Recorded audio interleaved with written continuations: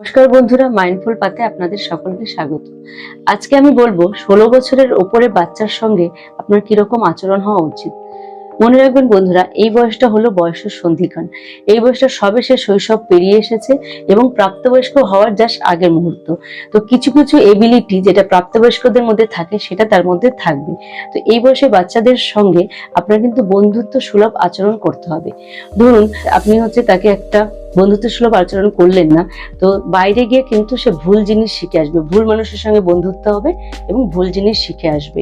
তো তার ফলে কি হবে, সে মানুষের দ্বারা রিজেকশন হবে, কারণ সে বারবার যদি ভুল করতে থাকে মানুষের দ্বারা রিজেকশন হবে, আর তার ফলে বিভিন্ন সাইকোলজিক্যাল প্রবলেম তার মধ্যে দেখা দিতে। তো এই বয়সের ফেজটা যেহেতু প্রাপ্তবয়স্ক হওয়ার আগের মুহূর্ত, তো ওরা প্রাপ্তবয়স্কদের মতন চেষ্টা করে যে নিজেদের কিছু কিছু ডিসিশন নিজেরাই নিতে। ওদের ডিসিশনে যদি আপনার মত না থাকে, আপনি প্রথমেই নস্যাৎ করে দেবেন না, ওর পয়েন্টটা শুনবেন এবং আপনি কেন না বলছেন সেই পয়েন্টটা, সেই ভিউটা আপনি বলবেন এবং তার অ্যাডভান্টেজ ডিসঅ্যাডভান্টেজও বলবেন। সঙ্গে তার যে মতামতটা সে দিয়েছে তারও অ্যাডভান্টেজ ডিসঅ্যাডভান্টেজ আপনি বলবেন। শেষে তাকেই ডিসিশন নিতে দেবেন যে এবার তুমি ডিসিশন নাও, তাহলে তুমি কোনটায় যাবে, কোন পথে যাবে এবং কোনটা নিলে তোমার জন্য বেশি ভালো হবে। আপনি যদি এরকম করে থাকেন তাহলে কিন্তু আপনার প্রতি তার বিশ্বাস হবে এবং সে সবসময় তার সমস্ত কথা আপনাকে শেয়ার করবে এবং সে যদি ভুলও করে তাও আপনার কাছ থেকে শুনবে এবং আপনাকে বলবে।